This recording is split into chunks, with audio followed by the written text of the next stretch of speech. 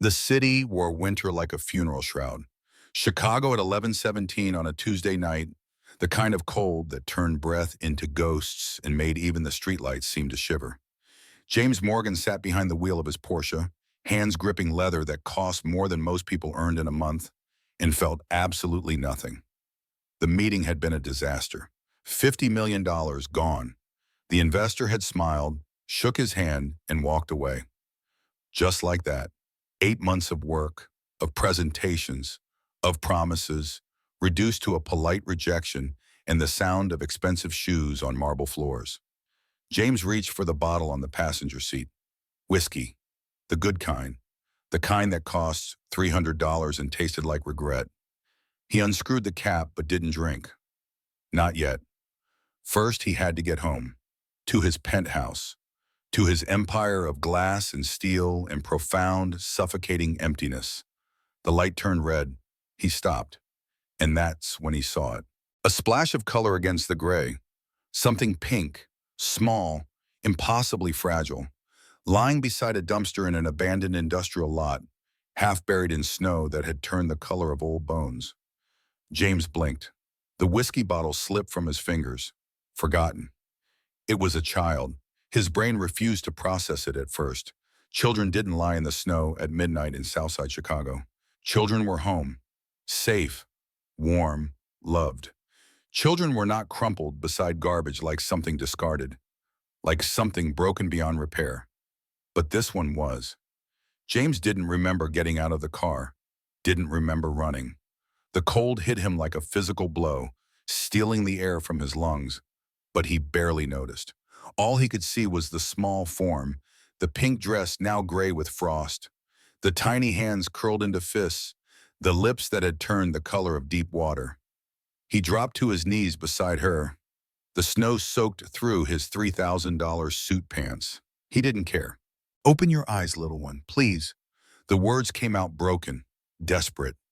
His hands, shaking now, reached for the child. She was so small, 6, maybe 7 years old. Her skin was ice. Her breathing came in shallow, irregular gasps that barely moved her chest. Hypothermia. Severe hypothermia. James had read about it once in some article he'd scrolled past without really caring. Now the words came back to him with terrible clarity. Core temperature dropping. Organs shutting down. The body giving up, one system at a time. He tore off his coat. Cashmere. Custom tailored. $3,000 at least. It didn't matter. Nothing mattered except getting this child warm. He wrapped it around her small body, pulling her against his chest, trying to share heat that suddenly felt inadequate, meaningless. Her whole body convulsed. A seizure. Her limbs jerked with terrible mechanical precision, like a puppet with tangled strings. Her eyes rolled back, showing only whites. A sound escaped her throat, something between a moan and a scream, and James felt his heart stop. No, no, no, no. His phone, where was his phone? His hands fumbled in his pocket, nearly dropping it twice before he managed to dial. 911, the numbers he'd never had to call in his entire privileged life. There's a little girl. The words tumbled out, barely coherent. She's freezing. She's having some kind of seizure. Please hurry. Please, the operator's voice was calm, professional, utterly surreal. Sir, stay with her. Keep her warm. Wrap her in something thick. Do not shake her. James pressed the child closer, feeling her small body rigid against his chest. Her convulsions began to slow. For a moment, he felt relief. Then he realized why. She was going still. Too still. Come on, sweetheart. His voice cracked. Breathe, you hear me? Just breathe. Her chest rose, fell, rose again, barely. She was fighting. This tiny creature, abandoned in the snow, was fighting for every breath. James had built an empire. He'd conquered markets, destroyed competitors, accumulated wealth that most people couldn't even conceptualize. He'd thought himself powerful, invincible. But kneeling in the snow, holding this dying child, he understood for the first time in his life what powerlessness truly felt like. The siren started as a distant wail, weaving through the industrial wasteland like a promise. James had never been religious, had never prayed, but he found himself whispering words to a God he didn't believe in. bargaining with the universe for something he had no right to ask. Red lights cut through the snow, harsh and beautiful. The ambulance slid to a stop, and suddenly there were people, professionals, moving with swift efficiency that made James feel clumsy and useless. "Sir, step back. We've got her." But James couldn't let go. His arms had locked around the child, as if his body understood what his mind refused to accept, that releasing her meant accepting he might never see her breathe again. "Sir," the paramedic's hand on his shoulder, firm but not unkind, "you saved her life. Now let us finish the job." James released her, watched as they laid her on the stretcher, wrapping her in silver thermal blankets that caught the ambulance lights, and turned her into something alien, something precious. Watched as they attached monitors, inserted an IV, covered her face with an oxygen mask. Weak pulse, 89 degrees, possible shock. The medical jargon washed over him. He understood maybe one word in three. It didn't matter. What mattered was the small chest still rising and falling beneath all that silver, still fighting. "Sir," the paramedic again, this time meeting his eyes. "You coming with us?" James looked at his Porsche, door still open, engine still running, whiskey bottle probably rolling around on the floor. Looked at the child disappearing into the back of the ambulance. There was no choice. There had never been a choice. He climbed in. The ambulance interior was cramped, hot, smelling of antiseptic and coffee and fear. James sat on the small bench, watching the paramedics work, feeling more out of place than he ever had in his life. This wasn't his world. Boardrooms were his world. Negotiations, power lunches, not this. This desperate scramble to keep a small heart beating. "What's her name?" the paramedic asked, not looking up from the monitor. "I don't know." James's voice sounded strange to his own ears. Hollow. "I just found her." The paramedic glanced at him, a quick assessment, then nodded. "Check her pockets. Sometimes they carry ID." James hesitated. It felt wrong, invasive, going through the child's clothing. But the paramedic was right. Someone somewhere was missing this little girl. Someone needed to know she was found. He reached carefully into the pocket of her dress. The fabric was thin, cheap, worn soft with age and washing. His fingers touched something. Paper. He pulled it out carefully. A small note, folded multiple times, the edges soft from handling. The ink had run slightly from the snow, but the words were still legible. James unfolded it with hands that had started to shake again. "My name is Lily. My mommy is Claire Bennett. If someone finds me, please take me to Memorial Hospital. I'm sorry, I'm sorry, I'm sorry." The handwriting was a child's, careful and shaky. The paper was lined notebook paper, torn from a spiral binding. And at the bottom, a small drawing. A flower. Or maybe a star. It was hard to tell. But it was the name that made the world tilt sideways. Claire Bennett. James stared at the paper, read the name again. Again. Surely he was mistaken. Surely it couldn't be the same Claire. Chicago had, what, 3 million people? Claire was a common name. Bennett wasn't unusual. But even as he told himself this, he knew. Somehow he knew. The ambulance lurched around a corner, sirens wailing. James gripped the edge of the bench, the note clutched in his other hand, and felt the careful architecture of his life. The walls he'd built so meticulously over 8 years begin to crack. Claire. He hadn't spoken that name aloud since the day he'd sent the text message.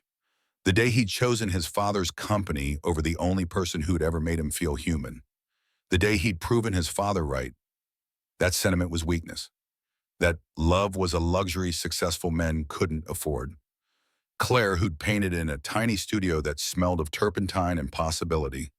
Claire, who'd laughed at his pretensions, who'd seen through his armor to the frightened boy underneath. Claire, who'd told him he had the eyes of someone running from himself. She'd been right. And he'd run so far, built his walls so high, that he'd convinced himself he'd escaped, that he'd won. Looking at this child, this Lily, fighting for her life under silver blankets, James understood with sudden, devastating clarity that he hadn't won anything. He'd just been hiding, accumulating wealth like armor, surrounding himself with expensive things that meant nothing, that felt nothing, that asked nothing of him except the one thing he'd been taught to give: money. The ambulance doors burst open, cold air rushed in. James followed as they wheeled Lily into the emergency room, a chaos of fluorescent lights and hurrying people and the smell of blood and fear. "Sir," a nurse stepped in front of him, blocking his path. "You can't come back here. Family only." "I'm the one who found her," James said, and heard the desperation in his own voice. "Please, I need to make sure she's okay." The nurse's expression softened slightly. "The waiting room is through there. We'll update you as soon as we can." "But there was someone," James persisted, holding up the note. "Her mother, Claire Bennett. Is she here?" "The note says to bring Lily to memorial. That has to mean something." The nurse took the note, read it quickly. Her face changed. "Let me check something. Wait here." She disappeared through the double doors. James stood in the hallway, surrounded by people but utterly alone, holding his expensive coat that now smelled of smoke and snow and a child's fear. The seconds stretched. He counted them. 1, 2, 3, and somewhere a machine beeped. Somewhere else, someone cried. The fluorescent lights hummed a note that made his teeth ache. The nurse returned. Her face was carefully neutral, which told James everything he needed to know even before she spoke. "There is a Claire Bennett here. She was admitted 3 weeks ago. She's in the ICU. 3rd floor, room 314. 3 weeks." The words hung in the air between them, heavy with implication. "What happened to her?" James heard himself ask. "I can't give out patient information to non-family members." The nurse's voice was kind but firm.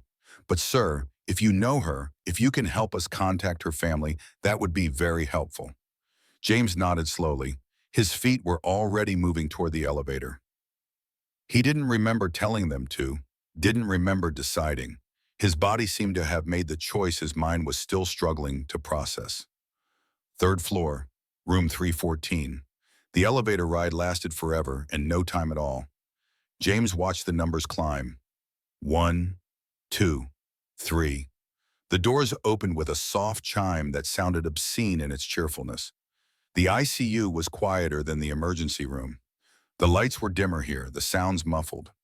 James walked down the corridor, past closed doors and darkened windows, past machines that measured heartbeats and breath in the slim margin between life and death. Room 314. He stopped outside the door. Through the narrow window, he could see a shape on the bed. Small, still. He couldn't make out features from here, but he didn't need to. He knew it was her. James had faced down hostile takeovers. He'd stared down board members trying to vote him out. He'd built a company from near bankruptcy to billion-dollar valuations. But he couldn't make himself open this door. His hand was on the handle when the door opened from the inside. A doctor emerged, nearly colliding with him. "Oh, excuse me, can I help you? I'm here to see Claire Bennett." The words came out steady, which surprised him. "I'm the one who found her daughter." "Lily." The doctor's expression changed. "Ah, yes, come in. I'm Dr. Patel." James followed him into the room and stopped. She was so still. That was the first thing he noticed. Claire, who'd never been still in her life, who'd moved through the world like water, was motionless. Tubes ran from her arms. A ventilator covered her mouth. Monitors beeped softly, measuring vitals that seemed too slow, too faint. But it was her. Even with the bruises, even with the pallor, even with the terrible stillness, it was unmistakably Claire. Her dark hair, longer than he remembered, spread across the pillow. Her hands, those hands that had created beauty from nothing, lay motionless on the white sheets. One wrist was in a cast. Her face, her beautiful face, bore the shadow of violence. A bruise along her cheekbone, another near her temple. James felt something break inside his chest. Something that had been holding back an ocean. What happened? His voice was barely a whisper. Dr. Patel consulted his tablet, but James suspected he knew the information by heart already. Traumatic brain injury. She fell down the stairs in her home. Or she was pushed. The police are investigating. She's been in a coma for 22 days. A coma. 22 days. James did the math automatically. 3 weeks. 3 weeks that Lily had been without her mother. 3 weeks that this woman, this person he'd loved more than his own survival, had been trapped in this bed, surrounded by machines, while her daughter faced God knew what at home. "Her vitals are good," Dr. Patel continued. "Brain activity is normal. We're hopeful she'll wake up, but we can't predict when. Could be tomorrow. Could be months. And Lily, James heard himself ask, the little girl, will she be okay? Too early to tell. She's severely hypothermic, but you got to her in time. That matters. Dr. Patel paused, studying James with open curiosity. How do you know them? Claire Bennett and her daughter? James opened his mouth to answer, closed it. How did you explain 8 years in a single sentence? How did you compress the story of the biggest mistake of your life into words that a stranger could understand? We were friends, he finally said, a long time ago. Dr. Patel nodded, asked no more questions. He checked Claire's monitors one more time, made a note on his tablet, and left James alone with the woman who'd once known him better than he knew himself. James stood by the bed. He didn't touch her. Didn't feel he had the right. He'd given up that right 8 years ago when he'd chosen fear over love, safety over risk, when he'd proved his father's cynical worldview correct. Instead, he just looked at her, memorized her face all over again, noticed the small things that had changed, the fine lines at the corners of her eyes, the silver thread in her hair near her left temple, the calluses on her fingers that spoke of work, of struggle, of years he knew nothing about. Claire. The name felt strange on his tongue after so long. Claire, it's me. It's James. No response. Just the steady beep of the heart monitor, the soft hiss of the ventilator. I found Lily. She's downstairs. She's going to be okay. You saved her, Claire. Somehow, even while you were here, you saved her. You saved. She had your note. She followed your instructions. She's so brave. Just like you. His voice cracked. He stopped, swallowed hard, continued. I'm so sorry. For everything, for leaving, for being a coward, for wasting 8 years because I was afraid, because I let my father's voice in my head tell me that people like us, that we don't end up happy, that success and love are mutually exclusive. I believed him. God help me, I believed him. Claire's eyelids flickered, just slightly, maybe a reflex, maybe nothing. But James leaned forward, hope flaring painful and bright in his chest. Can you hear me? Please, if you can hear me, come back. Your daughter needs you. Lily needs you. He waited, watched. The monitors beeped their steady rhythm. The ventilator hissed. Nothing changed. James pulled up the chair and sat down heavily. He'd been running on adrenaline for the past hour. Now, suddenly, he felt every second of the day. The failed meeting, the bottle of whiskey, the moment of finding Lily, the ambulance ride, this room, this woman, this impossible, devastating reunion. He put his head in his hands. When he was younger, much younger, before the money and the success and the carefully constructed walls, James had believed in signs, in fate, in the idea that the universe bent toward meaning, that coincidences were actually moments of profound significance dressed in ordinary clothes. Then his father died, leaving behind an empire and a challenge. Make something of yourself, or prove you're as weak as I always suspected. And James had made something of himself. He'd succeeded. He'd won. But winning had felt a lot like losing. And now this, finding Claire's daughter by pure chance in the snow, on the one night when James had taken the route he never took, at the one moment when stopping might make all the difference. If that wasn't fate, what was? Or maybe, a cynical voice whispered, maybe it was just random cruelty. The universe's way of showing him everything he'd lost, everything he'd thrown away, and making sure he understood that some mistakes were too big to fix. A soft knock on the door made James look up. A nurse entered, carrying a clipboard. Sir, are you family? No, James stood up. I'm just a friend. I'm sorry, but visiting hours are over for non-family members. You'll need to leave. James looked at Claire, at the monitors, at the woman who'd once meant everything and who he'd reduced to a text message, a memory, a regret he drank away in expensive whiskey. I understand. He moved toward the door, then stopped. Can someone call me if anything changes? The nurse looked uncertain. We can only share medical information with family. I found her daughter, James said quietly. Lily, she's downstairs. I'm the reason the little girl's alive. Please. Something in his voice must have reached her. The nurse's expression softened. She pulled out a card, handed it to him.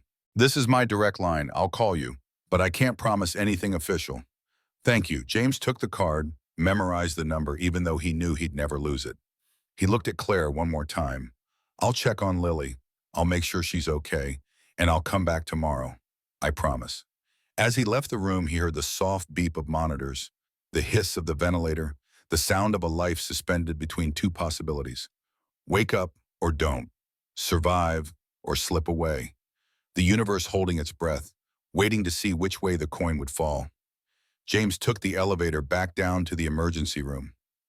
His legs felt weak. When had he last eaten? He couldn't remember. The day had become a blur of disasters, each one bigger than the last, culminating in this, the discovery that the woman he'd loved, the woman he'd abandoned, had been lying in a coma while her daughter fought to survive. The pediatric ward was on the second floor. James found it by following the signs, moving through corridors that all looked the same, past people whose lives were falling apart in ways he couldn't begin to understand. Lily was in room 212. Through the window, he could see her small form on the bed, dwarfed by blankets and machines. A nurse sat beside her, checking monitors. James knocked softly. The nurse looked up, smiled, came to the door. You're the man who found her? Yes, you saved her life. The nurse's smile widened. Her temperature's up to 93 degrees. She's responding well. We think she's going to be fine. James felt his knees nearly give out. Fine. The word seemed impossibly large, impossibly generous. Fine meant alive. Fine meant breathing. Fine meant this tiny creature, this Lily, would have a chance at all the things she deserved. Can I see her? Just for a minute. The nurse hesitated, then nodded. She's sedated. But yes. 1 minute. James entered the room. Up close, Lily looked even smaller. Her face was pale, her lips still slightly blue despite the warming blankets. Dark hair spread across the pillow. Her small hands lay motionless on top of the covers. But she was alive. Her chest rose and fell with steady, even breaths. The monitor showed numbers that, even to James's untrained eye, looked better, stronger. He pulled up a chair and sat down, studied the child who was Claire's daughter, who had Claire's bone structure, Claire's delicate features, and something else, something that made James's breath catch. Her eyes were closed, but James could see the shape of them, the set of them in her face, and when the nurse adjusted the blankets, revealing more of Lily's face, James saw it clearly. The resemblance wasn't to Claire, it was to him. The same high cheekbones, the same straight nose, the same slightly pointed chin. It was like looking at his own childhood photos, feminized and softened, but unmistakable. James sat very still. His mind raced, doing calculations he didn't want to do. Lily was 6, maybe 7. That would put her birth at 2017 or 2018. 9 months before that would be late 2016, early 2017. Exactly when James had been with Claire. Exactly when he'd sent that text message and walked away. No. He stood up abruptly, nearly knocking over the chair. The nurse looked up in concern. Sir, are you okay? James didn't answer. Couldn't answer. He walked out of the room, down the corridor, kept walking until he found a bathroom, locked himself in a stall, sat on the closed toilet lid, and put his head between his knees, trying to breathe, trying to think.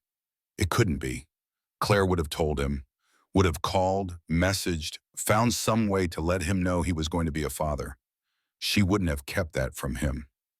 Except he'd made it very clear he wanted nothing to do with her. He'd ended things by text message. The ultimate coward's move.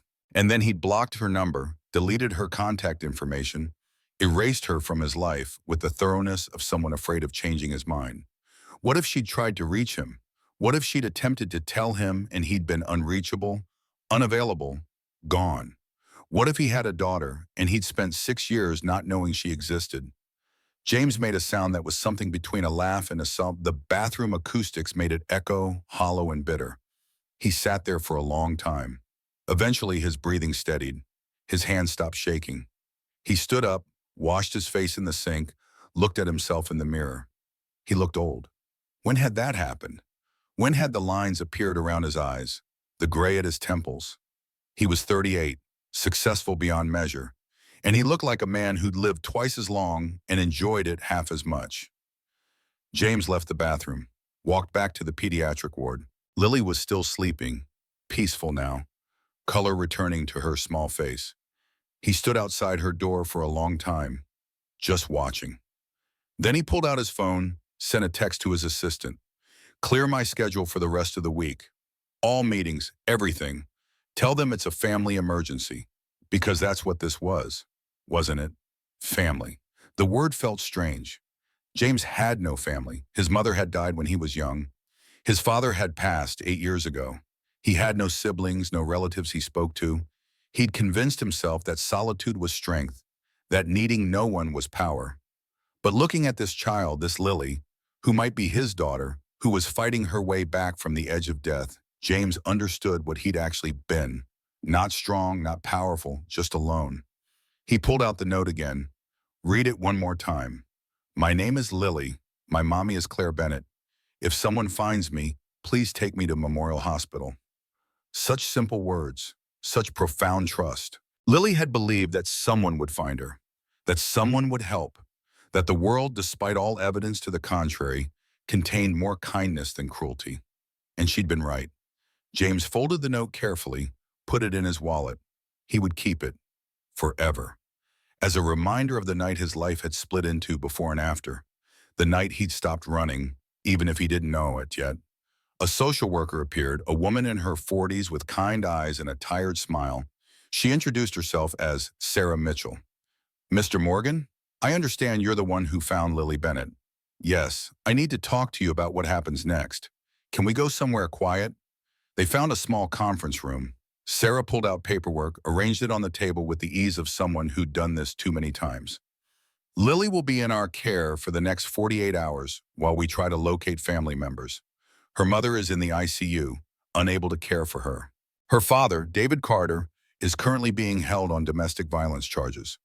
We're working with the police to piece together what happened. David Carter. The name meant nothing to James, but he memorized it anyway, committed it to memory along with everything else he needed to know, needed to understand. What happens if you can't find anyone? James asked. Then Lily will be placed in foster care until her mother recovers. Sarah's expression was professionally neutral, but James could read the subtext. If her mother recovers. I want to help, James heard himself say. Financially, whatever she needs. Sarah smiled, the expression sad and knowing. That's very generous, Mr. Morgan.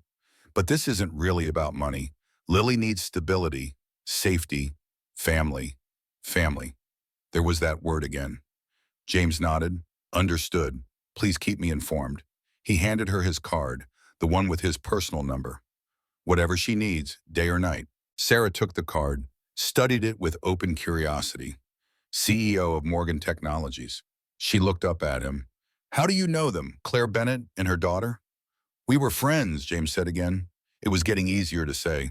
A long time ago. Sarah nodded, asked no more questions. She gathered her paperwork, shook his hand. You did a good thing tonight, Mr. Morgan. You saved that little girl's life. After she left, James sat in the conference room alone. The fluorescent lights hummed. Somewhere, a phone rang. The hospital moved around him, full of life and death and the infinite gradations between. He thought about Claire lying 3 floors above him, trapped in whatever darkness coma brought. He thought about Lily fighting her way back to warmth and life. He thought about David Carter, whoever he was, whatever he'd done to put both of them in this hospital. And he thought about himself, about the man who'd spent 8 years building walls and calling it success, who'd convinced himself that isolation was freedom, that needing no one made him strong. He'd been wrong about so many things.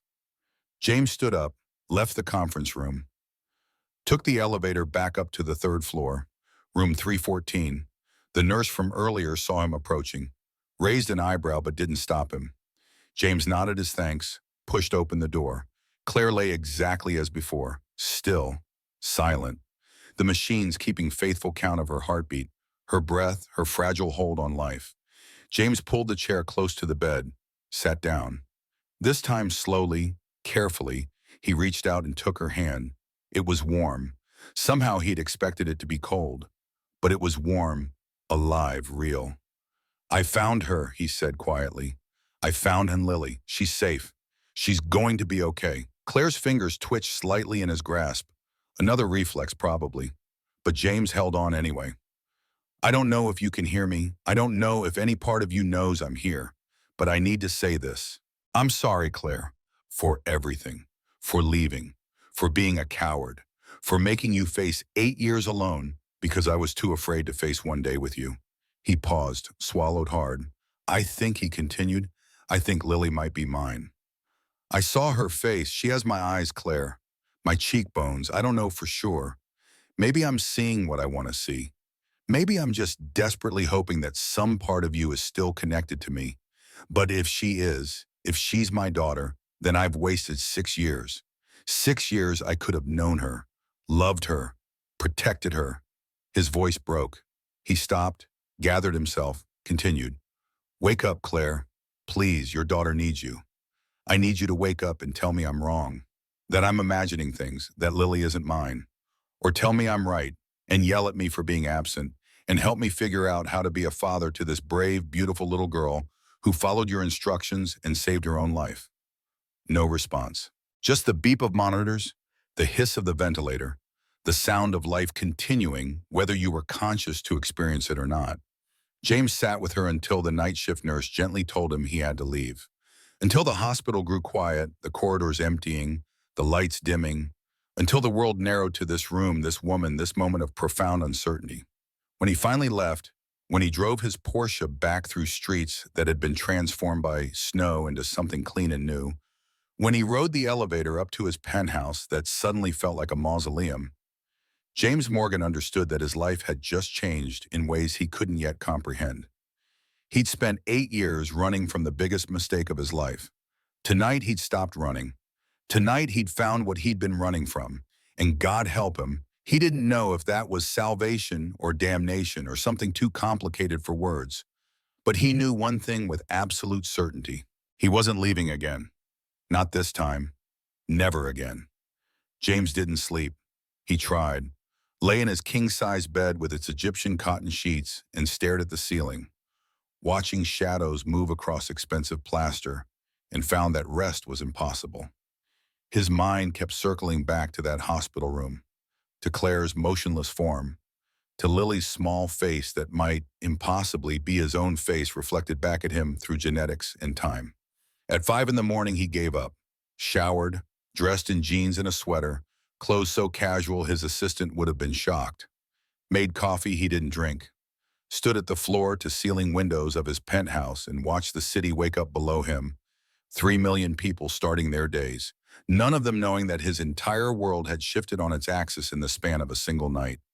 His phone buzzed, a text from the nurse, the one who'd promised to update him. Brief, professional, but somehow kind. Lily awake, stable, asking for mother. James was in his car before he consciously decided to move. The drive to Memorial took 20 minutes. He spent them rehearsing things to say, explanations that made sense, words that could possibly convey the complexity of what he felt. By the time he reached the hospital parking lot, he'd abandoned them all. There were no right words for this. The pediatric ward was quieter in the morning, softer somehow. Sunlight streamed through windows, making the sterile corridors almost cheerful. James found room 212, knocked softly. The nurse from the night before, whose name tag read Jennifer, opened the door. Her expression brightened when she saw him. She's been asking for her mother, Jennifer said quietly. I told her Mommy is resting upstairs. I didn't know what else to say. Is she okay? To talk, I mean? Physically, yes. Emotionally, Jennifer paused, chose her words carefully. She's 6 years old and she's been through something no child should experience. Be gentle. James nodded, stepped into the room. Lily was sitting up in bed, small and fragile against a mountain of pillows. Someone had brushed her hair. Someone had found her a hospital gown with cartoon characters on it. She looked impossibly young, impossibly vulnerable, and when she turned her head and saw James, her eyes, those eyes that might be his own, widened. They were gray-blue, distinctive, unusual, exactly like his. You're the man from last night, Lily said. Her voice was soft, uncertain. You found me in the snow, yes. James approached slowly, careful not to startle her. I'm James. How are you feeling? Cold. She pulled the blankets tighter around herself. Even though it's warm in here, I still feel cold. Is that normal? I think so. Your body went through something scary. It needs time to remember how to be warm again. Lily considered this with the seriousness of someone much older. Okay. Then she looked at him directly, and James felt his breath catch. Where's my mommy? The nurse said she's resting, but I need to see her. I need to tell her I'm sorry. Sorry? James pulled the chair close to the bed, sat down. Why would you need to apologize? Because I ran away. Lily's eyes filled with tears. Mommy always said never go outside alone at night. Never. But I was scared and I couldn't think what else to do, and I thought if I could just find help, if someone could come back and save Mommy, then it would be okay. But now she's resting and the nurse won't tell me when I can see her, and I think her voice broke. I think maybe I did something really bad. James felt something crack in his chest. This child, this brave, terrified child, had saved her own life, and she thought she'd done something wrong. Lily, he kept his voice steady, gentle. You didn't do anything bad. You did exactly the right thing. You were so brave. Your mommy would be so proud of you. Are you sure? The tears spilled over, running down her small face. Because I left her there, with him, and she was bleeding and I just ran and ran. Who's him, Lily? Lily's face changed, closed. She looked away, suddenly fascinated by the pattern on her blanket. Daddy David, she whispered. But I'm not supposed to talk about it. He said if I ever told anyone if I was bad and talked about family business, then something terrible would happen. James felt ice in his veins. Carefully, so carefully, he reached out and took Lily's small hand in his. She didn't pull away. Lily, look at me. She did, reluctantly. Daddy David can't hurt you anymore. You're safe here, and your mommy is safe too. She's upstairs, and the doctors are taking very good care of her. Can I see her? Please, I promise I'll be quiet. I won't wake her up if she's sleeping. Soon, James squeezed her hand gently. She needs to rest a little more. But I promise, as soon as the doctors say it's okay, you'll see her. Lily nodded, seemed to accept this. Then she surprised him by asking, Are you a doctor? No, I'm just someone who was driving by at the right time. Mommy says there's no such thing as coincidence. That angels sometimes disguise themselves as regular people so we won't be scared of them. James felt his throat tighten. Your mommy sounds very wise. She is. Lily's expression softened, became almost dreamy. She's the wisest person in the whole world. She can paint pictures that look like they're moving, and she makes the best pancakes. And when I have bad dreams, she sits with me until I fall asleep again, even when she's really tired from working. She works a lot, 2 jobs, sometimes 3. Lily counted on her small fingers. She teaches art at the community center 3 days a week, and she cleans offices at night. And sometimes on weekends, she paints portraits at the farmer's market. 3 jobs. James thought of his penthouse, his Porsche, his wealth that he'd never questioned. Thought of Claire working herself to exhaustion, raising a daughter alone, while he'd been, what, making money, attending galas, congratulating himself on his success? She sounds amazing, he said quietly. She is. Lily yawned, fighting against obvious exhaustion. Uncle James? Yes. Will you stay? Just until I fall asleep? I don't like being alone. Uncle James. The title felt simultaneously wrong and completely right. Of course, I'll stay as long as you need. Lily's eyes were already closing. She was asleep within minutes, her breathing evening out, her small hand still holding his. James sat very still, studied this child who was half Claire, who might be half him, memorized the shape of her nose, the curve of her cheek, the dark eyelashes resting against pale skin. If she was his daughter, he'd missed everything. First steps, first words, first day of school. 6 years of memories he could never recover, never reclaim. And whose fault was that? Jennifer came in quietly, checked monitors, adjusted blankets. She gave James a kind smile. You're good with her. I'm winging it. Aren't we all? Jennifer made a note on her chart. She's responding well. We'll probably discharge her in 2 days if she continues to improve. Do you know if she has other family? Grandparents? Aunts or uncles? I don't know. James realized how little he knew about Claire's life, the 8 years he'd missed. I'm trying to find out. Social services will be here this afternoon. They'll need to place her somewhere safe until her mother recovers. Can't she stay with me? Jennifer gave him a long, assessing look. Are you family? No, the word felt like admission of failure. But I knew her mother years ago. We were close. How close? Close enough that I think I might be Lily's father. The words hung in the air between them. Jennifer's expression didn't change, but something shifted in her eyes. Understanding. Sympathy. Something else he couldn't quite read. Then you need to talk to social services. And probably a lawyer, and definitely get a DNA test. But until all that's sorted out, Jennifer's voice gentled, you're just a concerned friend. That's all the system can see you as right now. James nodded, understood the reality she was laying out, understood that wanting to help, even believing he might be Lily's father, didn't give him any legal standing. Not yet. Can I stay with her until social services arrives? Yes. Jennifer moved toward the door, paused. For what it's worth, I think you're doing the right thing. Whatever your relationship to them is, you showed up. That matters more than you might think. After she left, James sat in the quiet room, listening to Lily breathe, and pulled out his phone. Called his lawyer, Catherine Walsh, who answered on the second ring despite the early hour. Catherine, I need your help. He explained everything. The night before, finding Lily. Claire in a coma. The resemblance he couldn't ignore. The need to protect a child who might be his daughter, but who the system would see as a stranger. Catherine listened without interrupting. When he finished, she was quiet for a long moment. James, her voice was careful, professional. Are you sure about this? Because once you start this process, once you claim paternity, there's no going back. Your life will change in ways you can't predict.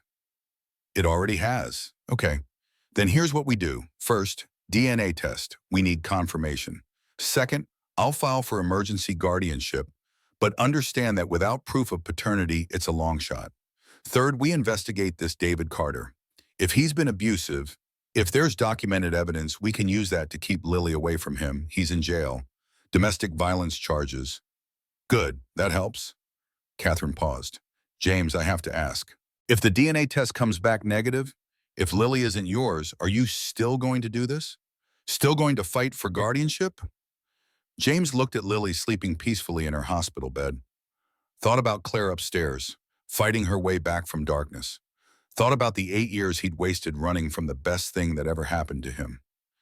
Yes, because even if she's not mine biologically, she's Claire's, and that's enough. All right then, I'll get started. But James, be prepared. The system doesn't work as fast as we'd like, and David Carter has rights as the presumed father. This could get complicated. It already is complicated. Fair enough. I'll call you this afternoon with an update. James hung up, put his phone away, reached out and carefully brushed a strand of hair from Lily's forehead. She stirred slightly, but didn't wake. The door opened. Sarah Mitchell, the social worker from the night before, entered with a clipboard and an expression that suggested she'd already had a long day despite it being barely 9 in the morning. Mr. Morgan, I hoped I'd find you here. She pulled up another chair, sat down. We need to talk about Lily's placement. I want her to stay with me. Sarah didn't look surprised. I got the call from your lawyer 20 minutes ago. She's very thorough. She's the best, I'm sure. Sarah looked at Lily, then back at James. But here's the reality. You're not family. You're not married to her mother. You have no legal relationship to this child. The court isn't going to place her with you based on, she checked her notes, a belief that you might be her biological father. Even with a DNA test takes time. And we need to place Lily somewhere safe today, not next week. Sarah's voice was kind but firm. I understand you want to help, but the system has rules for a reason. And what happens if she goes into foster care? James heard the edge in his own voice. She's just been through trauma. She needs stability, familiarity. I agree, which is why I'm here to ask if you know anyone else. Grandparents, family friends, anyone who might have an established relationship with Lily, James thought. Realized he knew nothing about Claire's family. Had never asked back when they were together. Had been too wrapped up in his own problems to think about hers. No, he admitted, I don't know. Sarah made a note. Then we'll place her in emergency foster care. I have a family who specializes in trauma cases. They're good people. Lily will be safe, but she'll be with strangers. James looked at Lily again. She's already lost so much. Her mother is in a coma. Her father, or the man she thinks is her father, hurt them both. And now you want to take away the one thing that's familiar? This hospital? Me? You're a stranger too, Mr. Morgan. Sarah's voice wasn't unkind, just factual. You met her 12 hours ago. She doesn't know you. She knows I saved her life, which is why she trusts you right now. But trust built on trauma isn't the same as trust built on relationship. Sarah stood up. I'm sorry, I know this isn't what you want to hear, but I have to do what's best for Lily. And right now, that's placement with a licensed foster family. How long until her mother wakes up? Or until we establish legal guardianship, whichever comes first. And if David Carter gets out of jail?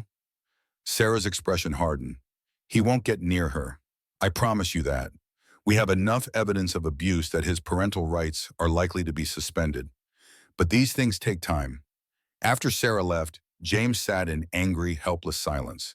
He'd built a company from nothing. He'd negotiated deals worth hundreds of millions. He'd convinced investors, swayed board members, won wars fought in conference rooms and stock tickers. But he couldn't protect one small girl who might be his daughter. The injustice of it burned. Lily woke up around noon, groggy at first, then increasingly alert. A nurse brought lunch, soup, and crackers that Lily picked at without enthusiasm. I'm not very hungry, she said quietly. That's okay. Your tummy needs time to wake up too. Uncle James, Lily put down her spoon. Are they going to make me leave? I heard people talking in the hallway about foster care. James wanted to lie, wanted to tell her everything would be fine, that she could stay here where at least things were familiar. But something in her eyes, that same intelligence he'd seen in Claire, deserved honesty. Yes, just for a little while, until your mommy gets better. I don't want to go with strangers. I know. But they'll take good care of you, and I'll visit every single day. I promise. Lily studied him with those unsettling eyes. You're not just saying that? Adults sometimes promise things they don't really mean. Who told you that? Daddy David. He promised he'd stop getting angry. He promised he'd stop hurting mommy. She looked down at her hands. He didn't keep those promises. James felt rage so pure it made his vision narrow. He forced himself to breathe, to stay calm, to not let this child see the violence he was capable of feeling. I'm not Daddy David, and when I make a promise, I keep it. Okay, Lily's voice was small, but she met his eyes. Then I believe you. The foster family arrived at 3 in the afternoon. Mark and Ellen Reeves, a couple in their 50s who radiated competence and warmth in equal measure. They spent an hour with Lily, gentle and patient, letting her ask questions, showing her pictures of their home, their golden retriever named Biscuit, the room that would be hers with the window overlooking a garden. Lily was polite, reserved. She answered their questions but didn't smile. When it came time to leave, when Ellen helped her into a wheelchair even though she could walk just fine, Lily looked back at James with an expression that broke his heart. You promised, she said. I promised. I'll see you tomorrow. After they left, James stood in the empty room and felt the full weight of his powerlessness. He was a billionaire. He could buy anything, solve any problem that money could fix. But money couldn't bring Claire out of her coma, couldn't give him the years with Lily he'd missed, couldn't undo the damage David Carter had done to them both. He took the elevator to the 3rd floor, room 314. The same nurse from yesterday was on duty. She smiled when she saw him. Becoming a regular, Mr. Morgan? Seems that way. She's the same. No change, but that's not necessarily bad. The brain heals in its own time. James nodded, went into the room, pulled the chair close to Claire's bed. She looked exactly as before. Still, peaceful, trapped somewhere between life and death, present and absent.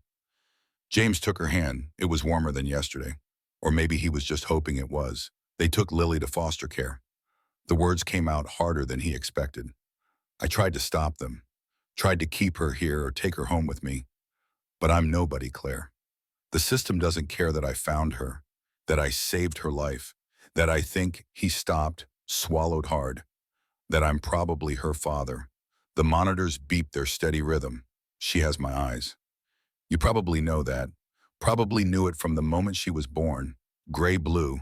that weird color that nobody else in the world seems to have. She has my cheekbones too, my chin. It's like looking at a mirror of my own childhood, but better, softer, more beautiful. He paused, studied Claire's face. Did you try to tell me? When you found out you were pregnant? I blocked your number, changed my email, made myself completely unreachable because I was a coward who couldn't face the possibility that you might try to change my mind. If you tried to reach me, I never knew. I made sure I'd never know. His voice cracked. I'm sorry doesn't cover it. Sorry is what you say when you step on someone's toe, when you're late for dinner. There's no word for what I did, for choosing fear over love, for leaving you to raise our daughter alone, for wasting 8 years that we could have been a family. Claire's eyelids flickered. Just slightly, the same reflex he'd seen before, or maybe, just maybe, something more. I'm going to make this right. I don't know how yet, but I'll figure it out. I'll get guardianship of Lily. I'll protect her from David Carter. And when you wake up, because you're going to wake up Claire, you have to wake up, we'll figure out everything else. How to be parents, how to be whatever we need to be for her. He sat there until evening, talking occasionally, mostly just sitting in silence. The nurse came in to check vitals. A doctor made his rounds, reviewed charts, said nothing had changed. At 8 o'clock, visiting hours ended. James left reluctantly, drove to his penthouse, and immediately felt the oppressive emptiness of it. All this space, all this expensive furniture and art and carefully curated emptiness. No one to share it with. No laughter, no life. He ordered takeout he didn't eat, tried to work, reviewing reports and emails that suddenly seemed meaningless. Who cared about quarterly earnings when Claire was in a coma and Lily was with strangers? Around 11, his phone rang. Catherine, I have news. Some good, some complicated. Tell me, I've filed for emergency guardianship. The hearing is in 5 days. In the meantime, I've arranged for a DNA test. You'll go to the hospital tomorrow. They'll do a cheek swab, results in 48 hours. And if it's positive, then we have grounds for paternity. But James, here's the complicated part. David Carter is listed as the father on Lily's birth certificate. Even if you are the biological father, he has presumptive rights. We'll need to prove he's unfit, which shouldn't be difficult given the assault charges, but it adds time to the process. How much time? Weeks, maybe months. The court moves slowly. Lily doesn't have months. She needs stability now, I know. Catherine's voice was sympathetic but pragmatic. But we work within the system or we don't work at all. In the meantime, I've also hired a private investigator to dig into David Carter's background. If there's anything there, anything we can use to expedite removing his parental rights, we'll find it. After hanging up, James stood at his windows and watched the city lights blur into abstract patterns. Somewhere out there, Lily was in a stranger's house, probably unable to sleep, definitely scared. Somewhere in a hospital bed, Claire was fighting battles he couldn't see or help with. And he was here, alone, powerless despite all his power. The next day followed a grim routine. Hospital in the morning, cheek swab for the DNA test, a process that took less than 5 minutes and felt monumentally significant. Then to the foster home, where Ellen Reeves welcomed him kindly and led him to the backyard where Lily was sitting on a swing, not swinging, just sitting. Uncle James. She saw him and her face lit up. You came, I promised. He spent 2 hours there, playing with Lily in the yard, reading stories, answering her endless questions about why the sky was blue and whether stars were really suns and if her mommy could hear her even when she was sleeping. When it was time to leave, Lily hugged him, a fierce, desperate hug that lasted longer than appropriate for a child who'd known him less than 2 days. Tomorrow, she asked? Tomorrow, and every day after that. Then to the hospital, sitting with Claire, talking to her about Lily, about his day, about everything and nothing. The nurses knew him now, smiled when he arrived, brought him coffee without asking. On the 3rd day, the DNA results came back. Catherine called. Her voice was carefully neutral. James, are you sitting down? Just tell me. The test is positive, 99.97% probability. Lily is your daughter. James sat down, stared at nothing. Let the words sink in. He had a daughter.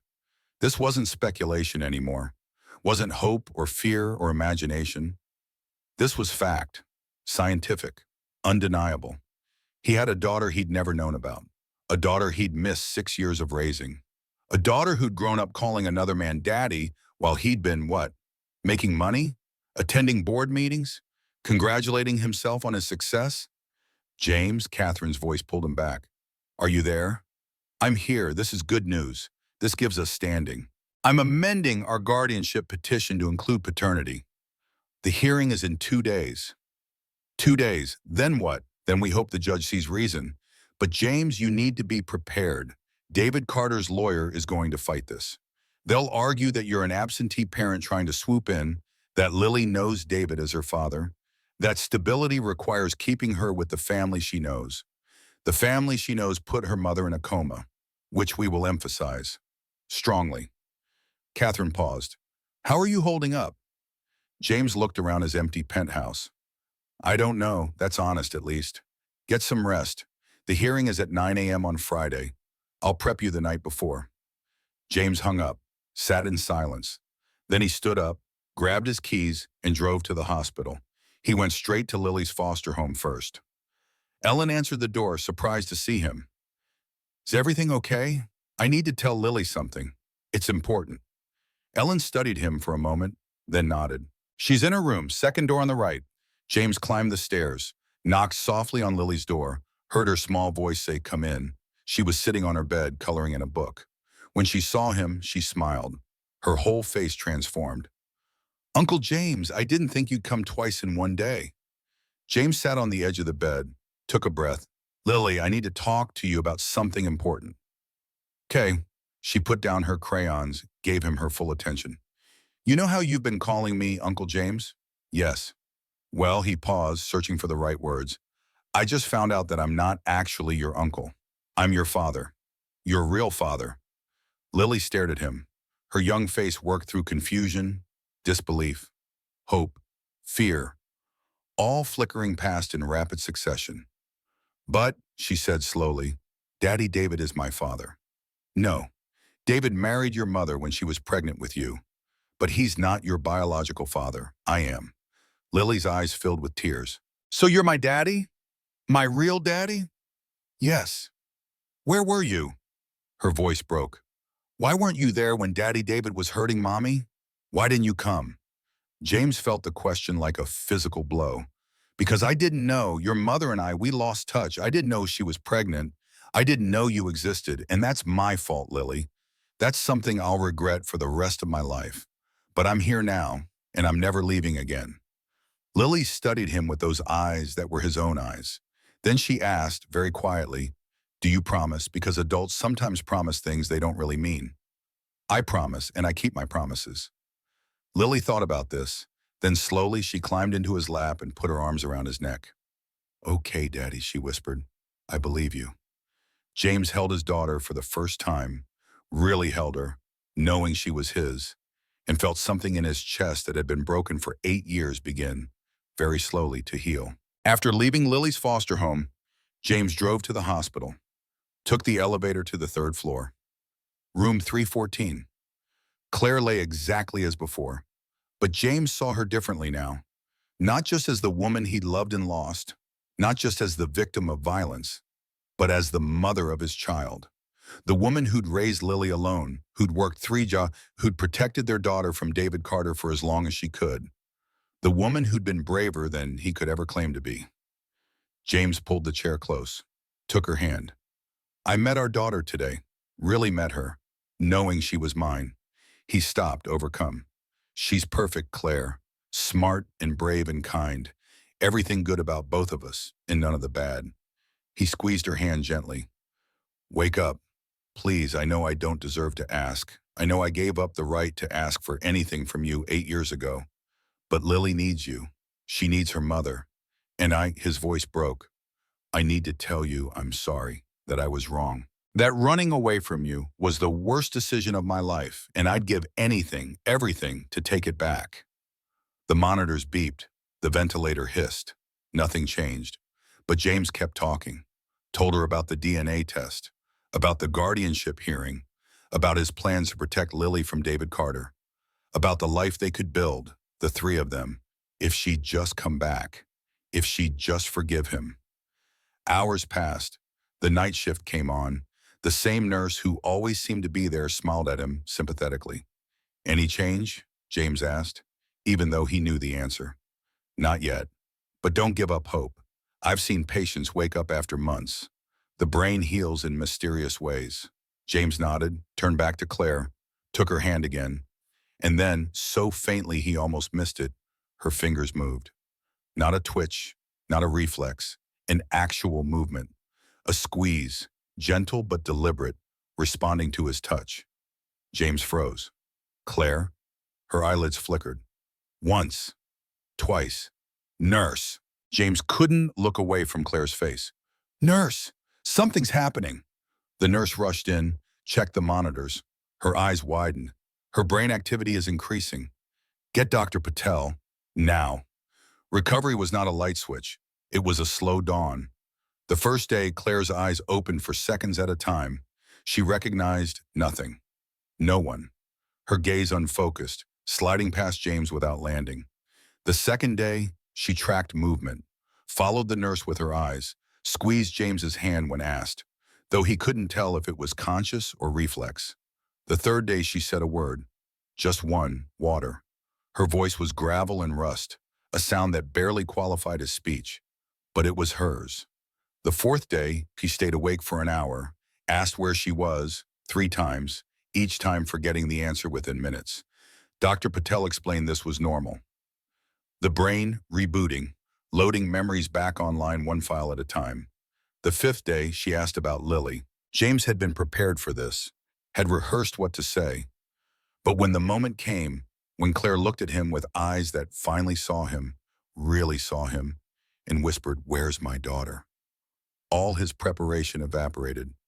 "She's safe. She's with a foster family. She's okay." Tears slipped down Claire's face. Silent, helpless. "Can I see her? Soon." James gripped her hand. "You need to be stronger first." The doctor said, "I need to see her." Claire's voice was gaining strength with each word. "Please, I need to know she's real. That I didn't dream her." James looked at Dr. Patel, who'd been monitoring from the doorway. The doctor considered, then nodded. "Tomorrow. If you can stay awake for 4 hours today, you can see her tomorrow." Claire stayed awake for 6. The next minutes were a blur of activity. Doctors, nurses, equipment. James was pushed gently aside, told to wait in the hall. He stood outside the door, watching through the window, his heart racing, hope and fear warring in his chest.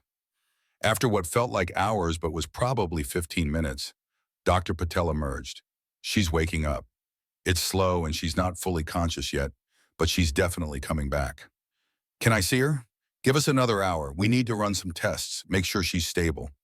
"But yes, you can see her." James waited, paced the hallway, called Catherine with the update, his voice shaking. Called the foster home to check on Lily, who was asleep. Paced some more. Finally, Dr. Patel found him. "She's asking for her daughter." James followed him back into the room. Claire's eyes were open now, barely, still heavy with confusion and drugs and the long battle back from darkness. But open, alert, seeing. She looked at him. For a long moment she just stared. Then her lips moved, forming words that came out barely audible. "James," he crossed to her side, took her hand. "I'm here." "Lily. Where's Lily?" "She's safe. She's with a foster family." "She's okay." Tears slipped down Claire's face. "I thought she had to stop, gather strength. I thought she was dead. I thought David killed her." "No, she got away. She saved herself, and I found her." "You?" Claire's eyes focused with obvious effort. "How?" "I was driving past. I saw her in the snow.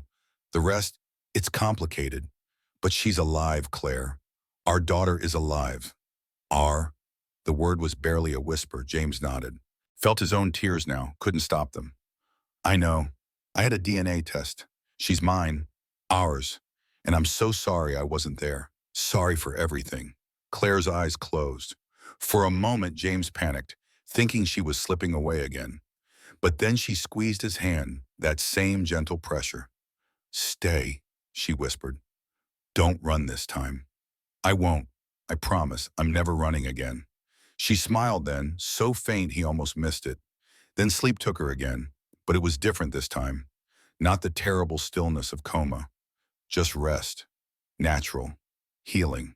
James sat beside her as she slept, held her hand, and for the first time in 8 years felt something that might eventually become forgiveness. For Claire, for himself, for all the years they'd lost and the future they might still have. David Carter had been released on bail 2 weeks prior, pending trial for the assault. His lawyer, provided by the police union, had argued successfully that he posed no flight risk, that he was a decorated officer who'd suffered a mental health crisis. The judge had agreed, with conditions, ankle monitor, restraining order, mandatory counseling. Now he sat across the courtroom, looking nothing like the man who'd put Claire in a coma. David Carter had been released 4 days after his arrest. The bail hearing had been brief. His lawyer, a sharp woman named Patricia Dunn, provided by the police union, had argued he was a decorated officer with no prior record, that the incident was a mental health crisis, not criminal intent, that he deserved treatment, not imprisonment. The prosecutor had objected, pointed to Claire's coma, to Lily's hypothermia, to the pattern of abuse documented over 3 years. But the judge had sided with the defense. Bail set at $50,000. Conditions: ankle monitor, restraining order, weekly counseling, surrender of firearms. David's fellow officers had pooled money for bail within hours. Since then, he'd attended every counseling session, completed an intensive PTSD program, submitted to psychiatric evaluation. The report had been surprisingly sympathetic. Combat trauma, undiagnosed depression, alcohol dependence. A man who'd fallen through every crack in the system meant to catch him, none of which changed what he'd done. Catherine had shown James the psych report, had watched his face as he read about David's childhood. Abusive father, military service. The shooting that ended his career and shattered whatever stability he'd built. "You need to see him as human," Catherine had said quietly, "not because it excuses anything, but because the judge will. And if you go in there seeing only a monster, you'll lose perspective. You'll seem vindictive instead of protective." So James had tried, had forced himself to read every page, to understand the broken man who'd broken his family. It hadn't made him hate David less. It had just made the hate more complicated. The courtroom smelled of old wood and anxiety. James sat beside Catherine Walsh at the plaintiff's table, wearing a suit that cost more than most people's monthly rent, and felt like a fraud. Across the aisle, David Carter sat with his public defender, a young man who looked tired and overworked. David was clean-shaven now, wearing clothes that didn't fit quite right, his hands folded on the table in front of him. He looked nothing like the monster James had imagined. He looked ordinary, broken, human, which somehow made it worse. The judge, a woman in her 60s named Eleanor Hartwick, entered. Everyone stood. The bailiff called the court to order. The machinery of justice ground slowly into motion. Catherine stood first, presented their case with the precision of a surgeon, the DNA test proving James's paternity, Claire's statement, given the day before from her hospital bed, confirming that James was Lily's biological father, evidence of David Carter's abuse, police reports, medical records, photographs that made several people in the courtroom look away. David's lawyer countered, argued that James was an absentee parent trying to claim a child he'd never met, that Lily knew David as her father, that 6 years of raising a child couldn't be dismissed because of biology, that David had made mistakes, yes, but he was getting help, attending anger management, committed to change. James listened to it all with mounting rage.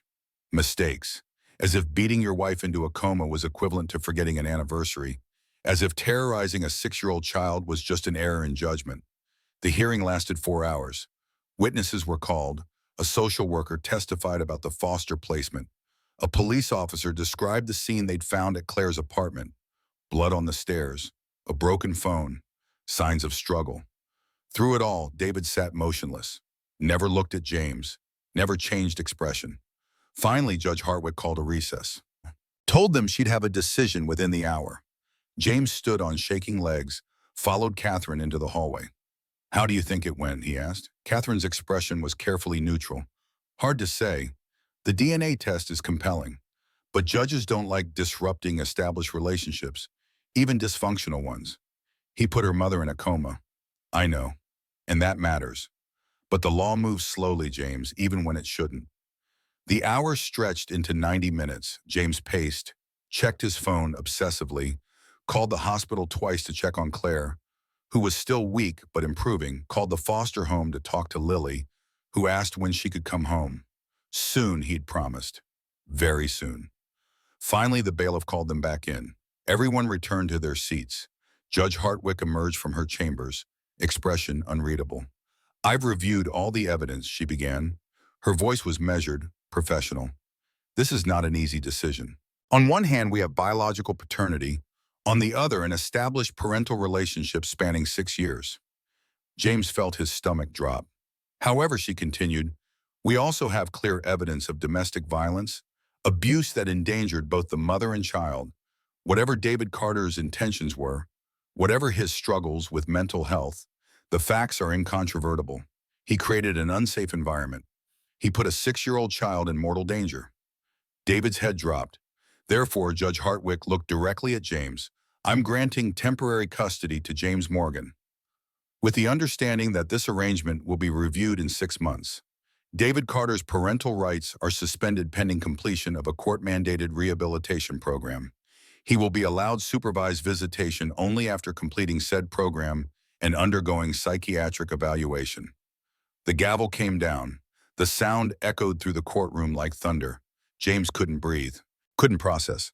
Catherine was saying something, congratulations maybe, but the words didn't register. All he could think was that he'd won. Lily was his. He could protect her now, keep her safe. David stood up. For the first time, he looked at James directly. His eyes were red-rimmed, hollow. Take care of her, he said quietly. She deserves better than I could give. Then he was gone, led away by his lawyer, disappearing through a side door. James drove straight to the foster home. Ellen Reeves met him at the door, smiling. I heard. She's upstairs packing. Packing? The words sounded surreal. Lily had been here less than a week and she was already leaving, moving into his life, becoming his responsibility in ways he still couldn't fully comprehend. He found her in her room, carefully folding clothes into a small suitcase. She looked up when he entered, eyes wide with hope and fear. Did you win? Can I come home? Yes. James knelt down so they were eye level. You're coming home with me. Today. Lily threw her arms around his neck. Thank you, Daddy. Thank you, thank you, thank you. The word Daddy still felt strange on his tongue, in his ears, but also right, more right than anything had felt in years. They drove to his penthouse in the Porsche. Lily pressed her face against the window, watching the city slide past. Is your house really big? She asked. Pretty big. Do you have a dog? No. Should we get one? Lily's face lit up. Really? Can we? James found himself smiling. We'll see. The penthouse felt different with Lily in it. Her presence filled the space in ways furniture and art never could. She explored with wide eyes, touching things carefully, as if afraid they might break. This is where you live? All by yourself? It was. James set her suitcase down, but not anymore. He showed her the guest room he'd hastily converted into a child's space. New bedding with stars on it. A bookshelf filled with books he'd ordered online, unsure what 6-year-olds read. Stuffed animals arranged on the bed. It looked like something from a catalog. Sterile. Perfect. Nothing like a real child's room. Lily stood in the doorway, taking it all in. It's beautiful. You can change anything you want. Paint the walls, move furniture, make it yours. She nodded, then asked quietly, when can I see Mommy? Tomorrow. The doctor said she can have visitors now. She's getting stronger every day. Lily seemed satisfied with this. She sat on the bed, bouncing slightly to test it. Can I draw pictures on the walls? James thought about his expensive paint job, the designer who'd carefully selected every shade. Yes, even if they're messy, especially if they're messy, Lily smiled. The first real, uncomplicated smile he'd seen from her. Okay, I think I'm going to like it here. That first night was awkward. James made pasta, one of the 5 things he could cook without burning.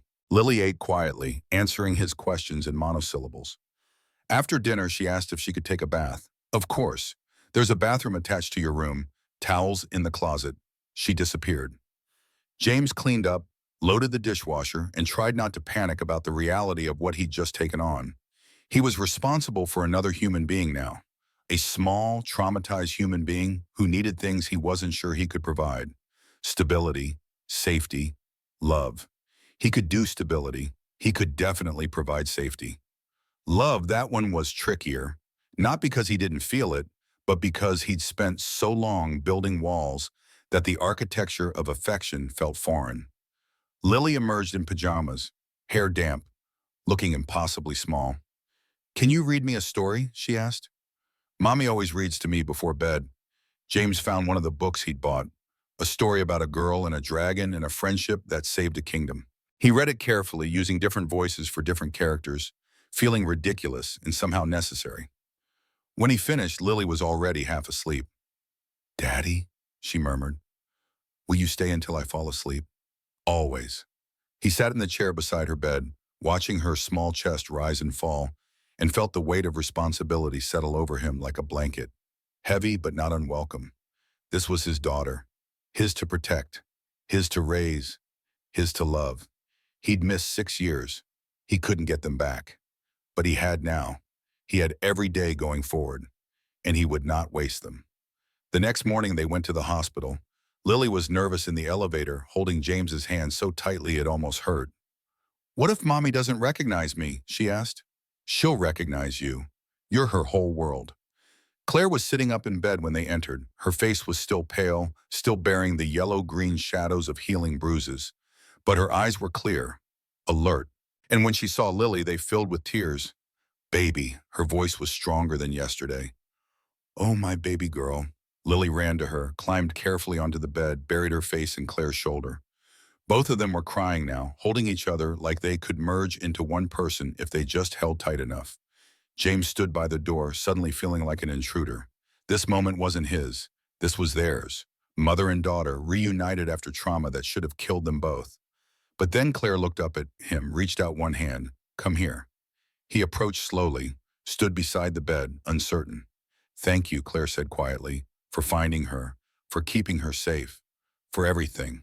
I should have been there sooner. 8 years sooner." Claire shook her head.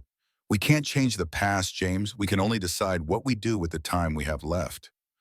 Lily looked between them, sensing the weight of things unspoken. "Are you and Daddy going to be together now? Like a real family?" James and Claire exchanged glances. So much to unpack in that question.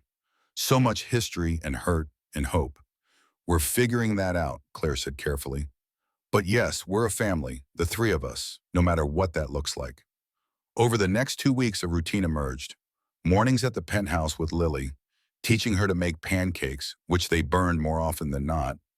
Walking her to the small private school James had enrolled her in. Watching her disappear through doors that led to friendships and learning and normalcy. Afternoons at the hospital with Claire. Bringing her updates about Lily, about the world outside her room. Watching her grow stronger, more herself. Sometimes they talked about the past. More often they talked about the future. What came next? Where they went from here.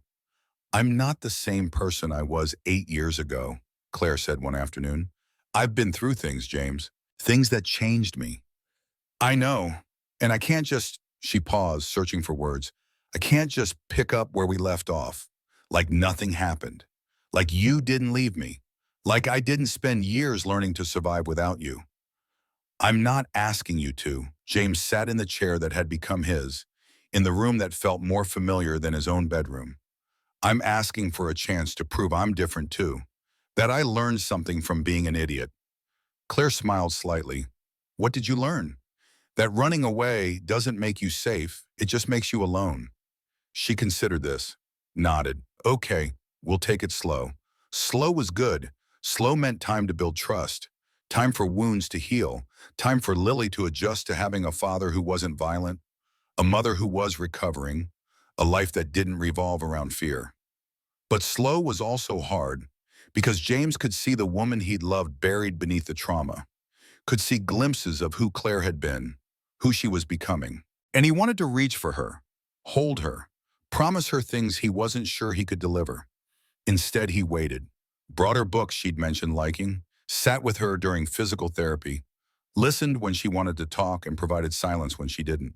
3 weeks after the custody hearing, Claire was discharged. She moved into James's penthouse with the awkwardness of someone who didn't quite know where she fit. James gave her the master bedroom, took the smaller guest room for himself. Lily was delighted to have her mother home, following her from room to room, afraid to let her out of sight. They ate dinner together that first night, pizza, because nobody had the energy to cook. Lily chatted about school, about her new friend Maya, about the art project she was working on. James and Claire contributed when appropriate, but mostly they just watched their daughter, alive and thriving despite everything. After Lily went to bed, James and Claire sat in the living room. The city lights sparkled beyond the windows. The silence between them was comfortable now, familiar. "This is strange," Claire said finally.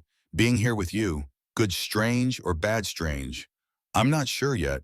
She looked at him. "You've changed. You're," she searched for the word, "softer." "Is that bad?" "No, just different. The James I knew was all sharp edges, like you were defending yourself against the world." "I was." James leaned back against the couch. "Turns out the world wasn't the problem."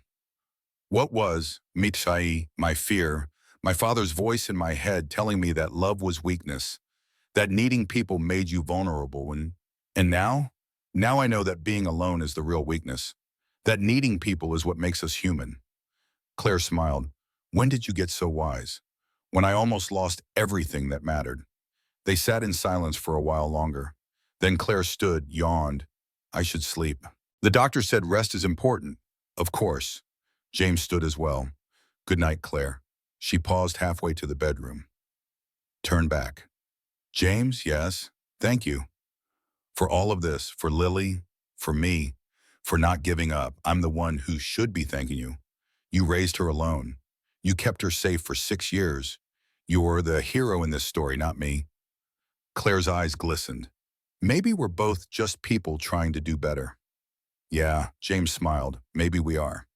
A month after Claire came home, David Carter's lawyer called Catherine. David wanted to see Lily, supervised visitation as permitted by the court order. He'd completed the first part of his rehabilitation program. The psychiatric evaluation was pending, but preliminary results were positive. James's first instinct was to refuse, to protect Lily from any reminder of the man who had hurt her, who'd nearly destroyed her family. But Catherine was firm. "He has legal rights, even suspended ones. And honestly, James, if we deny him reasonable visitation, it could hurt us when the case comes up for review." So James had to tell Lily that David wanted to see her, had to watch her small face go through complicated emotions. Fear, definitely, but also something else. Curiosity, maybe, or the remnants of whatever bond she'd formed with the man she'd known as her father for 6 years. "I don't have to go, right?" Lily had asked. "You won't make me?" "No one will make you, but if you want to see him, if you want closure or answers, or just to know he's okay, that's allowed too." Lily thought about this for a long time. Finally, she said, "I think I want to go, just once, to tell him I'm okay." The visitation took place at a family services center, a neutral space designed for exactly this purpose. James and Claire both went, sitting in a waiting room while Lily met with David in a supervised room down the hall. The hour felt endless. Claire twisted her hands together nervously. James paced. They'd been assured that trained professionals were monitoring every second, that Lily could leave at any time, that she was completely safe. But logic didn't erase anxiety. Finally, the door opened. Lily emerged, her face unreadable. She walked straight to Claire, buried her face in her mother's shirt. "Are you okay, baby?" Claire stroked her hair. "What happened? I told him I was happy now." Lily's voice was muffled. "I told him I have a real daddy who doesn't get angry, and I told him I forgive him, but I don't want to be his daughter anymore." Claire looked at James over Lily's head. Her expression was complicated. Proud, sad, relieved. "What did he say?" James asked gently. Lily pulled back, wiped her eyes. "He said he was sorry, and that he understood, and that he hopes someday I'll have good memories of him too, not just bad ones." "Do you have good memories?" "Some." Lily's voice was small. "He used to read me stories, before he got sick, before he started hurting Mommy." James knelt down so he was eye level with her. It's okay to have complicated feelings about him, ma'am. He hurt you and your mommy, and that was wrong. But he was still part of your life. You're allowed to remember the good parts without forgetting the bad parts. Lily nodded, seemed to absorb this. Then she asked, "Can we go home now?" 3 weeks later, an envelope arrived. Legal size, David's lawyer's return address. James opened it alone in his study. Inside, two documents. The first was the signed termination of parental rights. Notarized, final. The legal language cold and absolute. David Carter hereby relinquishes all parental rights, privileges, and responsibilities. The second was a letter, handwritten, the penmanship shaky. To Lily, I don't expect you to read this now. Maybe not ever. Your dad, your real dad, will decide when you're ready. If you're ever ready, I want you to know I'm sorry. Sorry for hurting your mom. Sorry for scaring you. Sorry for being the kind of man who made you run into a snowstorm because staying was more dangerous. I loved you the best I could, but my best wasn't good enough. Wasn't safe. Your mom tried to tell me that. I didn't listen until it was too late. Your real dad will give you what I couldn't. A home without fear, a life without walking on eggshells. That's what you deserve. What you always deserved. I'm getting help. Real help. It won't change what I did, but maybe it'll mean I never do it to anyone else. Be happy, Lily. That's all I want for you now. The letter wasn't signed. James read it 3 times, tried to find manipulation in it, some hidden agenda, some last attempt to maintain control. But all he found was surrender, the kind that comes when a man finally sees himself clearly and doesn't like what he finds. He filed the letter with the adoption papers. Someday Lily could decide what to do with it. For now, it was just another piece of the past. Acknowledged, archived, no longer active. Yeah, James stood, took her hand. Let's go home. They didn't see David again after that. He completed his rehabilitation program, but he didn't ask for more visitation. Through his lawyer, he agreed to sign away his parental rights, made it official, made James's adoption of Lily straightforward, uncontested. 6 months after that snowy night when everything changed, James and Claire sat in a lawyer's office while paperwork was signed and notarized. Lily Bennett became Lily Morgan, officially, legally, permanently. Lily was at school when it happened. She didn't need to be there for the paperwork. But when she came home that afternoon, James and Claire were waiting with a cake. "What's this for?" Lily asked, dropping her backpack. "To celebrate." Claire's smile was radiant. "You have a new last name." "Really? I'm a Morgan now?"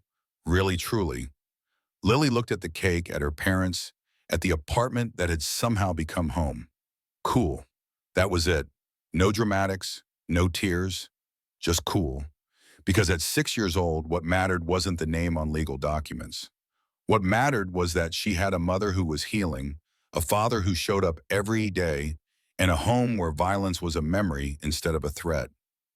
Life settled into rhythms. School and work and homework and dinners together. Movie nights where they let Lily pick, even though her taste ran toward animated films about talking animals. Weekends at the park, teaching Lily to ride a bike, watching her make friends with other children who didn't know what she'd survived. James and Claire navigated their relationship with caution.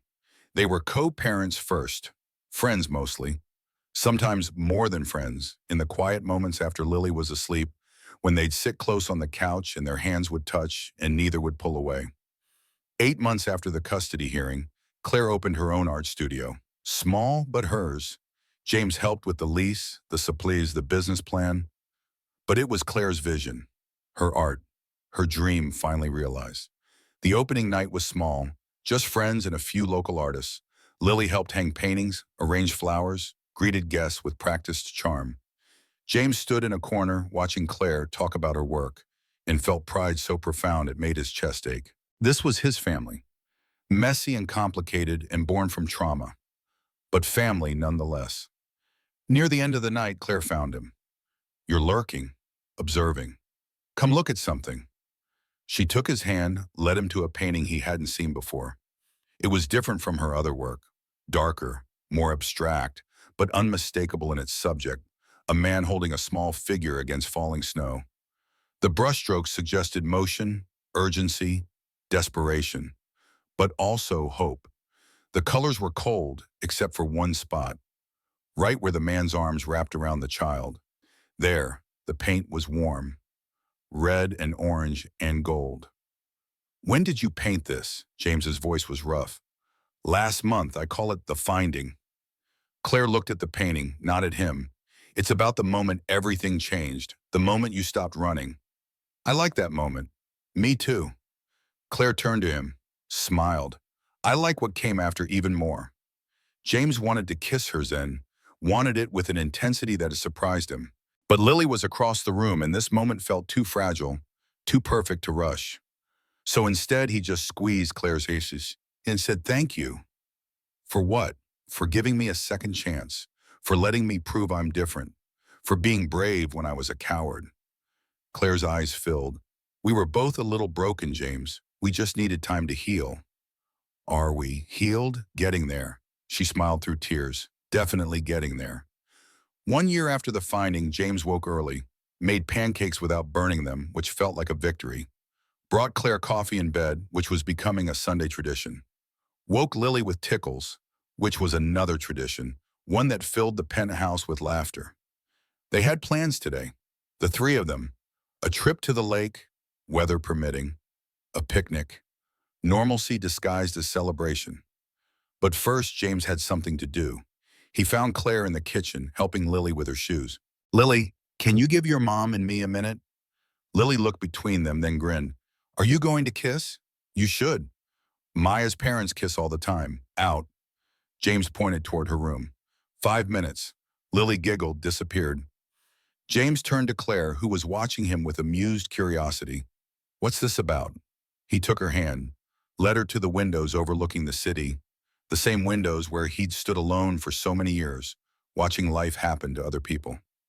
A year ago, I found our daughter in the snow, found you in that hospital bed, found out I'd wasted 8 years being afraid of the best thing that ever happened to me. Claire's expression softened.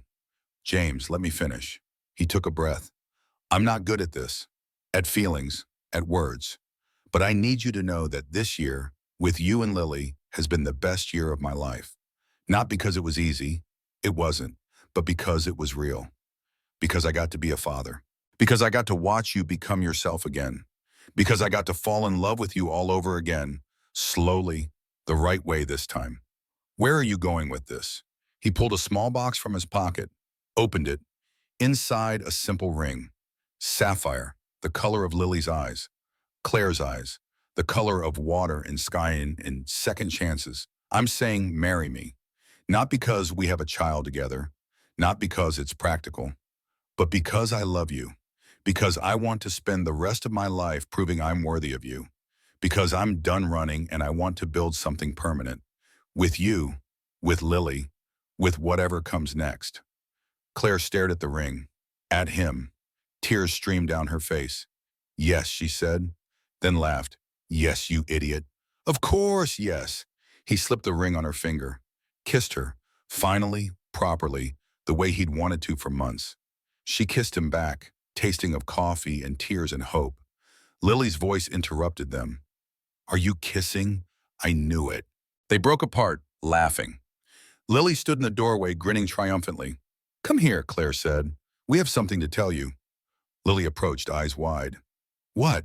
Your daddy just asked me to marry him. And she said yes, James added. So we're going to be a real family? Lily's voice was small, uncertain, as if she didn't dare hope too much. We already are a real family. Claire pulled her close. This just makes it official. Lily threw her arms around both of them. Best day ever. They went to the lake as planned, spread a blanket on the grass, ate sandwiches, watched clouds drift past. Lily ran down to the water's edge, collecting stones and feathers and treasures only a child could see. James and Claire sat close, her hand in his, the ring catching sunlight. I never thought we'd end up here, Claire said quietly. After everything. Neither did I. Are you scared? Terrified, James smiled. But the good kind of terrified. The kind that means something matters. Claire leaned her head on his shoulder. We're going to be okay. Yeah. James watched Lily splash in the shallow water, her laughter carrying across the space. We really are. The wedding happened 3 months later. Small, simple, just family and close friends. Lily was the flower girl, taking her job seriously, scattering petals with concentrated precision. James and Claire wrote their own vows, promised things that mattered, presence instead of perfection, honesty instead of ease, showing up every day, even when it was hard. When they kissed, Lily cheered. When they turned to face their guests as husband and wife, James felt something he'd thought lost forever. Peace with noise. That night, after Lily was asleep, James and Claire stood on the balcony of their hotel room. The city sparkled below. The same city where everything had fallen apart and somehow come back together. No regrets? Claire asked. Only the years I wasted. She leaned into him. We can't get those back. No. But we have now. And tomorrow? And every day after that. Claire smiled. That's enough. Yeah. James wrapped his arms around his wife, thought about his daughter sleeping in the next room, thought about the life they'd built from the wreckage of the past. It really is. The city below continued its endless motion. People lived and loved and lost and found again. The same patterns repeating, the same stories told in infinite variations. But this story, their story, felt singular, felt earned, felt like something worth all the pain it took to reach it. James Morgan had spent years running from himself, running from love, running from the vulnerability that came with needing someone else. He'd stopped running the night he found a small girl in the snow, stopped, knelt down, opened his heart despite every instinct telling him to protect it. And in doing so, he'd found not just his daughter, not just the woman he loved, he'd found himself, the real version. The one who'd been hiding all along beneath the wealth and the walls and the carefully constructed loneliness. And that man, the one he'd always been meant to be, was finally home.